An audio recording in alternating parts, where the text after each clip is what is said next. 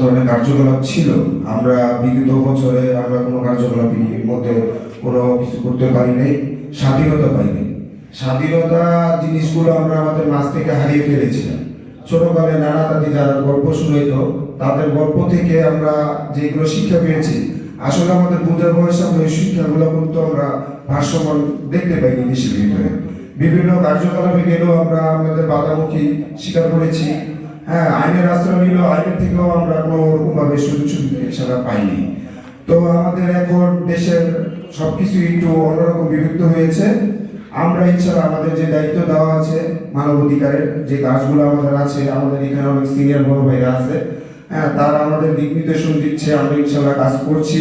আগামীতে আমরা সুন্দরভাবে কাজ করার উপলক্ষে আমাদের যা যা করণীয়, যা যা সাপোর্ট দেওয়ার জন্য এখানে আমাদের পুলিশ প্রশাসন, আমাদের বড় ভাই সুমন ভাই আছে, আমাদের সিনিয়র কিছু বড় ভাই আছে, ওনাদের দিক নির্দেশনে ইনশাআল্লাহ আমরা সামনে মানুষের ইনশাআল্লাহ পাশে দাঁড়াবো।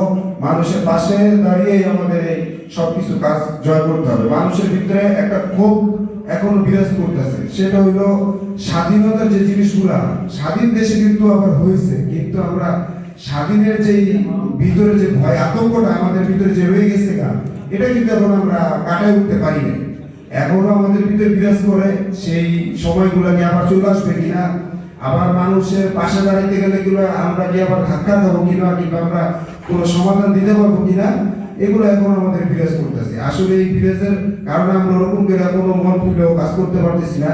আমার একটা আঙ্কুল আবদার থাকবে, যারা আমাদের রূপগঞ্জ থানার প্রশাসক, যারাই আমাদের এখানে দায়িত্বে সরকারি দায়িত্বে মহোদয় যারা আছে, তাদের প্রতি একটা অকুল আবদার, আপনারা আমাদের যেই আমরা ইউনিয়ন হোক থানা যারাই মানবাধিকার অধিকারে কাজ করতেছি, আমাদের পাশে আপনাদের অকুল আবেদন আপনারা থাকবেন। আপনারা না থাকলে কিন্তু আমরা ওরকমভাবে সাহস পাচ্ছি না। আপনাদের থাকার জন্যই আমরা অকুল আবেদন, আমাদের গোলাকাইন্দারের পক্ষ থেকেও আমি অকুল আবেদন করছি। আমাদের যে গোলাকাইন্দারের ফাঁড়ির যে ইনচার্জ আছে, উনি তো নাই, তারপর ওনার একটা দৃষ্টি আকর্ষণ করে বলছি, আমাদের একটু সাপোর্ট দরকার আপনাদের। আমরা প্রশাসনের সাপোর্ট ছাড়া ইনশাআল্লাহ আমরা কিছু করতে পারতেছি না। এ বলে আমার বক্তব্য শেষ করলাম। আসসালামু আলাইকুম।